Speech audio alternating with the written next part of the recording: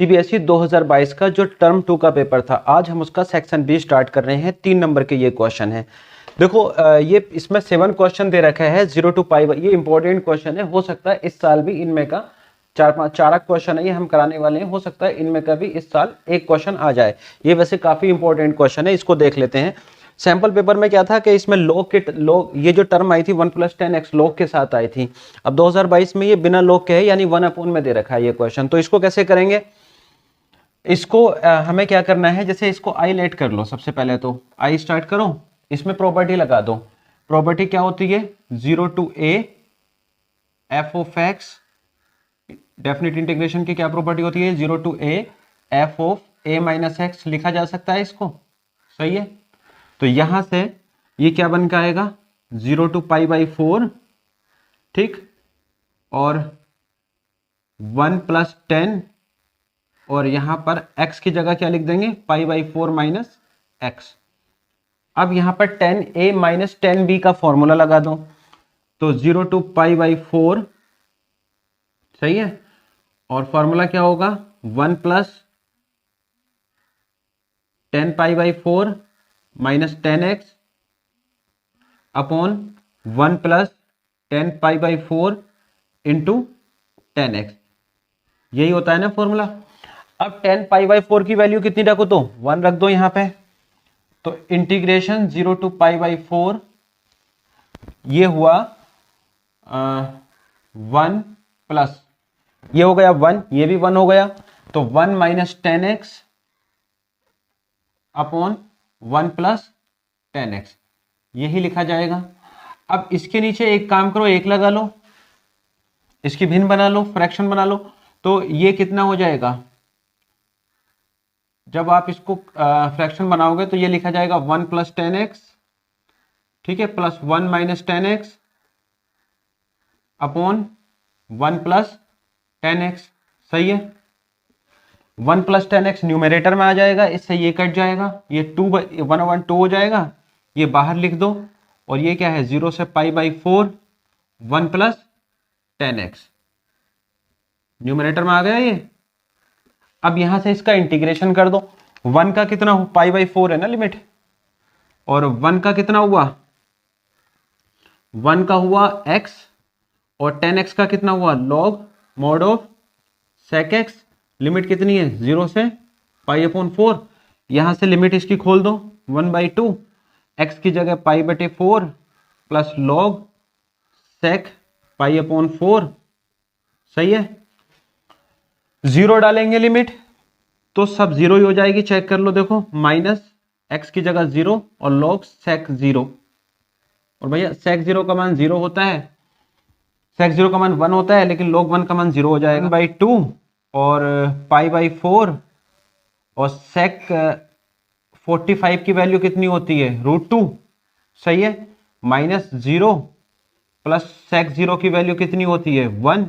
तो भैया इससे तो ये 0 हो जाएगा, तो सिर्फ ये बचेगा π/8, 4 दूनी 8 हो गया, ये मल्टीप्लाई करके 2 की पावर 1/2 लिख सकते हैं इसको, और 1/2 ये है, तो 1/4 log 2, ये इसका आंसर आ गया। बाकी सब 0 हो गए, कॉपी करो। उसके बाद 8 क्वेश्चन ले लेते हैं। वेक्टर अलजेब्रा के 8 में 2 पार्ट हैं। वेक्टर अलजेब्रा चैप्टर से है, एक 8 है, और इसके साथ एक और करके भी क्वेश्चन दे रखा है। क्वेश्चन है, एक कंडीशन दी है, a + b mod दिया है v वेक्टर, ठीक है। तो प्रूफ करवाया है इसमें कि a + 2b is perpendicular, a + 2b is perpendicular to a vector. ये हमें प्रूफ करके देना है इसमें, ठीक है। कैसे करेंगे, जो दे रखा है उसको पहले उतार लो एक बार।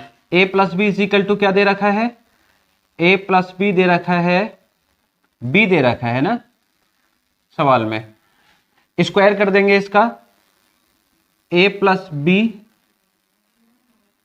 mod स्क्वायर और b वेक्टर का स्क्वायर, सही है। यहां तक देखो, मॉड का स्क्वायर हम किस तरीके से खोलते हैं, इसको हम लिखेंगे ए प्लस बी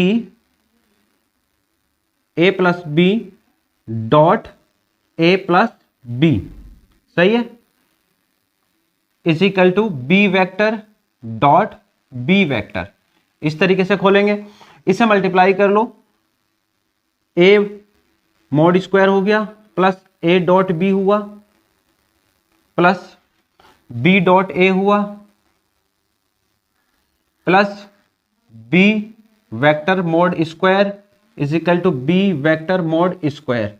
इससे तो ये काट दो, सही है, ए डॉट बी हो या बी डॉट ए हो, दोनों के मान एक ही जैसे होते हैं, ये एक ही बात है।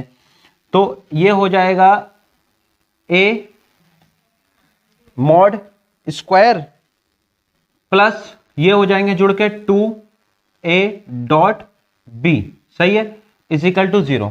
यहां से ए वेक्टर कॉमन ले लो, यहां से ए वेक्टर कॉमन ले लो, ठीक है, ए वेक्टर यहां से कॉमन ले लेते हैं, क्या हो जाएगा dot A plus 2b vector. भैया इससे क्या पता चल रहा है, इससे ये पता चल रहा है जब दो वेक्टर का डॉट प्रोडक्ट 0 हो तो आपस में वो क्या होते हैं, परपेंडिकुलर होते हैं। इसका मतलब a प्लस टू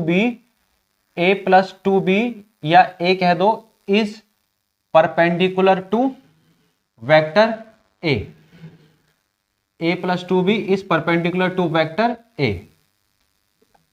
यही हमें इसमें प्रूफ करना था, ठीक है। अब बी पार्ट देख लेते हैं इसका, पहले इसको कॉपी कर लो आप। प्रूफ करना है हमें sine theta by 2 is equal to 1/2 A vector minus B vector, जबकि इसने कंडीशन क्या दी है कि ए और बी क्या है, यूनिट वेक्टर हैं, A and B are unit vector, ये कंडीशन दी है, समझ गए। इससे हमें ये प्रूफ करके देना है।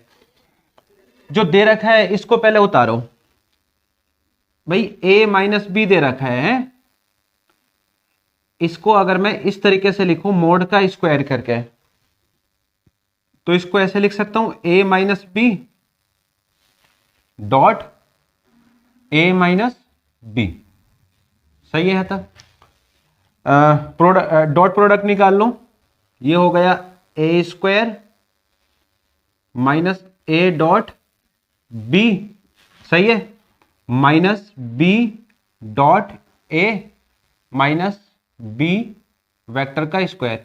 अभी मैंने आपको बताया है कि ए डॉट बी हो या बी डॉट ए हो, दोनों एक ही बात होती है। तो ये हो गया A vector square minus 2a vector dot v vector, ठीक है। यहां पे आप देखो ये प्लस आएगा, तो प्लस b वेक्टर का स्क्वायर, ठीक है। अब a ये यूनिट वेक्टर है तो इसकी वैल्यू क्या होगी 1 minus 2a dot b plus इसकी वैल्यू भी कितनी हो गई 1, तो 1 और 1 जोड़ के कितना हुआ 2 माइनस 2a डॉट b क्या होता है a b कॉस थीटा, हो गया ना, हो गया। a dot B is equal to क्या होता है ए बी कॉस थीटा। अब ये है यूनिट वेक्टर, तो 2 माइनस 2 कॉस थीटा बचा, क्योंकि यूनिट वेक्टर का मतलब ये हुआ कि वेक्टर a का मोड कितना है 1 और वेक्टर b का मोड भी कितना है 1, तभी तो स्क्वायर की वैल्यू भी 1 ही आई है उसमें। इसमें 2 एलसीएम ले लो, 2 कॉमन ले लो, 1 माइनस कॉस थीटा बचा। अब भैया कॉस थीटा का ऐसा फॉर्मूला लगा दो जिससे 1 कट जाए, तो 3 होते हैं, उनमें से एक पकड़ लो 1 minus 2 sign square theta by 2, सही है। यहां तक 1 से मल्टीप्लाई कर दो, 1 minus 1 plus 2 sign square theta by 2, 1 से 1 कट गया तो कितना हुआ, जुड़ गया ये 4 साइन स्क्वायर थीटा बाई 2। पीछे देख लेना क्या चल रहा है, ये पीछे चल रहा है a vector minus B vector mod का square is equal to 4 sine square theta by 2। यहां से जब स्क्वायर हटाएंगे, जब यहां से स्क्वायर हटाएंगे तो उधर अंडर रूट चढ़ा देंगे, तो अंडर रूट 4 का तो 2 आ जाएगा और साइन थीटा बाई 2 निकल आएगा, यानी कि a माइनस बी का मॉड इज इक्वल टू आ गया square root 4 sine square theta by 2। अब 4 का कितना आ गया 2 और स्क्वायर से एक साइन आ गया तो 2 साइन थीटा बाई 2।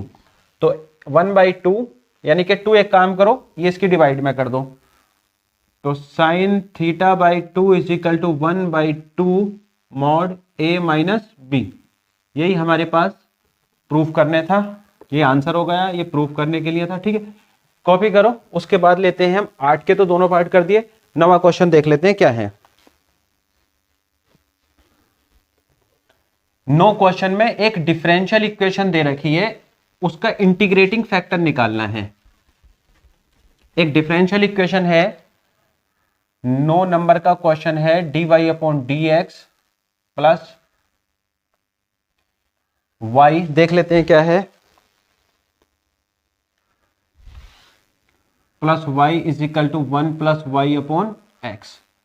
इसका IF पूछा है इंटीग्रेटिंग फैक्टर। सोल्व नहीं कराना है इसको, 3 नंबर का है ना, तो सोल्व करने नहीं आया, केवल इंटीग्रेटिंग फैक्टर निकालना है इसका। कैसे निकालेंगे इंटीग्रेटिंग फैक्टर? हमें क्या करना है, या तो dy upon D X plus P Y is equal to Q की फॉर्म बनानी है, या dx upon D Y plus P X is equal to Q की फॉर्म बनानी है। यहां से हम एक काम करें, इसको तो लिखो ऐसे ही,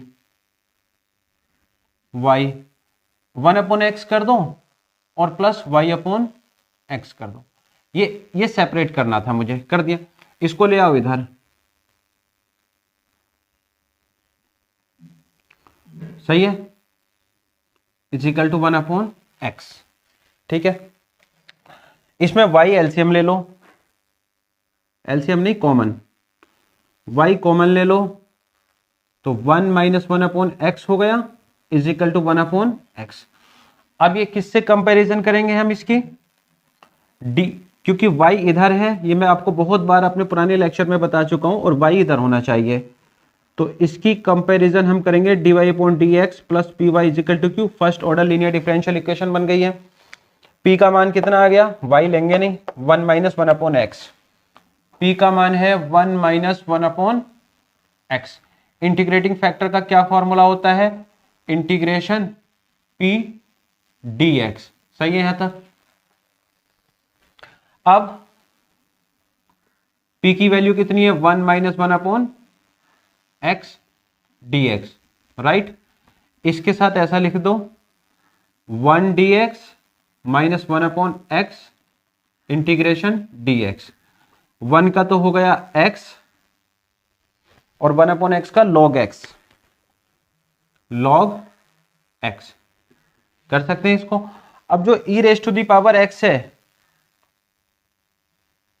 उसको कैसे लिखेंगे, एक काम करते हैं, e की पावर x ऐसे लिखो, इनटू लगाओ e minus log mod x, क्योंकि इनटू के नियम से ये दोनों टर्म अलग लिख दी। सही है यहां तक, इनटू e, इसको क्या लिख सकते हैं, log 1 अपॉन मॉड x लिखा जा सकता है, क्योंकि माइनस है ना यहाँ पर, तो ये उल्टा कर दिया, इससे ये 1 हो जाएगा, सिर्फ कितना बचेगा 1 upon X E raise to the power x। यही इसका आंसर है। कॉपी करो। उसके बाद 10वां क्वेश्चन देखते हैं। 2 पार्ट है। पहला पार्ट है इसका e raise to the power x sine 2x, integration by parts का क्वेश्चन है। ठीक है, i is equal to, let कर लो इसको, e raise to the power x sine 2x। ठीक है, फॉर्मूला क्या होता है, आइलेट से हम लोग फर्स्ट और सेकंड लेते हैं, इनवर्स ट्रिग्नोमेट्रिक फंक्शन, लॉग का function, algebraic function, trigonometric function, exponential function. इस सीक्वेंस में हम लोग इसको सोल्व करते हैं। तो इसके हिसाब से देखोगे आप तो साइन का जो मान सकते हैं हम किसको ले सकते हैं, इसको पहला मान लो, फर्स्ट फंक्शन कर दो, या एक काम करो इसको फर्स्ट कर दिया चलो, और ये एक्सपोनेंशियल वाला सेकेंड कर दिया। इसके हिसाब से क्या फॉर्मूला है, फर्स्ट ऐसे ही सही है, सेकेंड का इंटीग्रेशन माइनस फर्स्ट का डेरिवेटिव यानी साइन 2x का डेरिवेटिव, सही है, और ex का इंटीग्रेशन, और बाद में इस सब का क्या होता है, इंटीग्रेशन।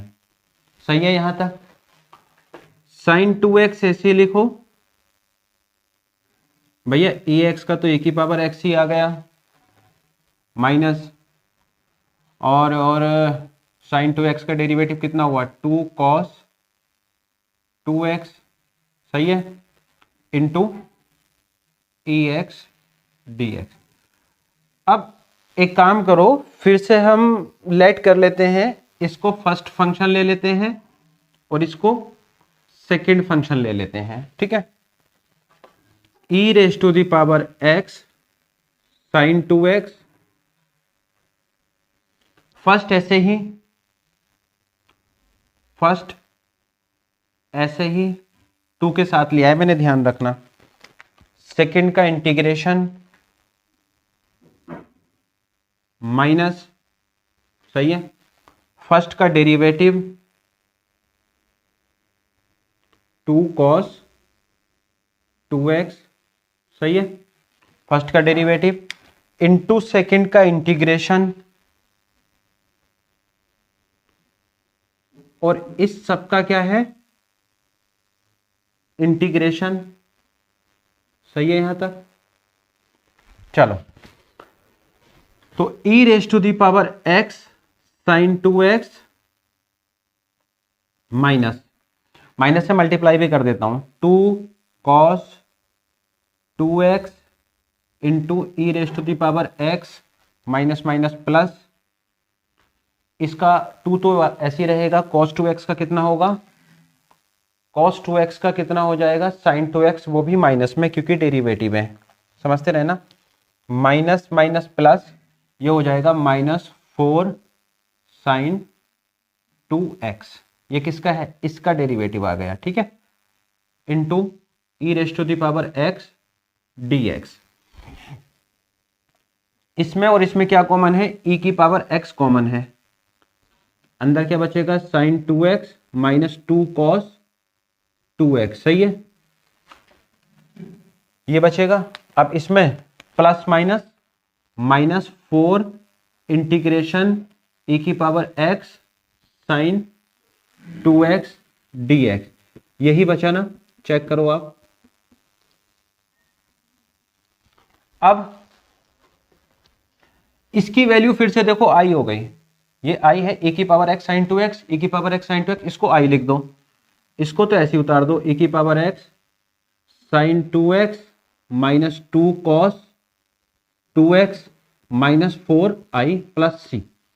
i ऑलरेडी चल रहा है यहां पर, ये i और -4i जुड़ के कितने हो जाएंगे, 5i, तो 5i इज इक्वल टू, इससे तो हमने छेड़खानी करी नहीं है, e की power x sine 2x minus 2 cos 2x sine 2x minus 2 cos 2x plus c, सही है यहां तक। 5 जो है वो डिवाइड में कर दो, i is equal to e की पावर x अपॉन 5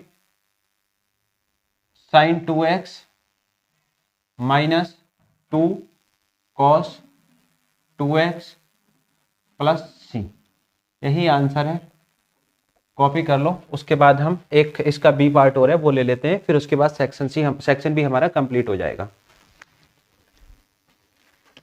इसको आप ऐसे मत करने लग जाना कि ax plus b upon this plus c x plus d upon this करके लग जाओ, तब फ्रैक्शन बहुत लंबा हो जाएगा, सोल्व नहीं होगा। पर इसको छोटा कर लो, लेट कर लो, एक्स स्क्वायर जो है उसको टी लेट कर लो, तो यहां से d t upon D x कितना आएगा, 2x आएगा, और d x is equal to कितना आएगा, डी टी अपॉन 2x, ठीक है। पुट कर दो ये value, i is equal to integration 2x upon x square की जगह कितना t+1 और इधर है कितना t+2 और dt अपॉन 2x, 2x से 2x कट गया, इंटीग्रेशन dt अपॉन t+1 और t+2। इस क्वेश्चन में आप पार्शियल फ्रैक्शन बनाना चाहो तो बना सकते हो, वरना ये बड़े आसानी से हम इसको नॉर्मल भी सेपरेट कर सकते हैं। कैसे, देखो क्वेश्चन है ये, क्वेश्चन है i इज इक्वल टू,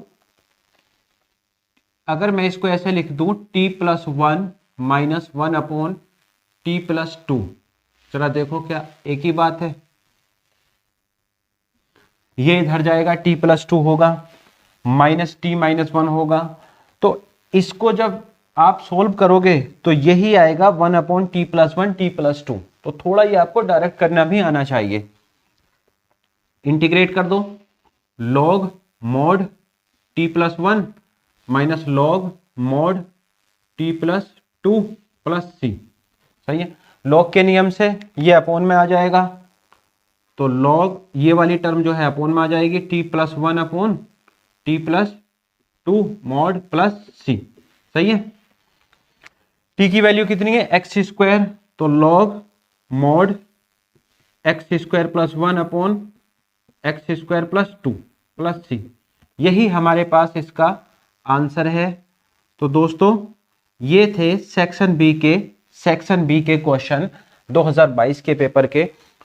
अब सेक्शन डी के कुछ और इंपॉर्टेंट क्वेश्चन लेंगे हम बाद में। अगर आपको वीडियो पसंद आई हो तो वीडियो को लाइक करें और चैनल को सब्सक्राइब करें। मिलते हैं अगली वीडियो में। Thank you very much.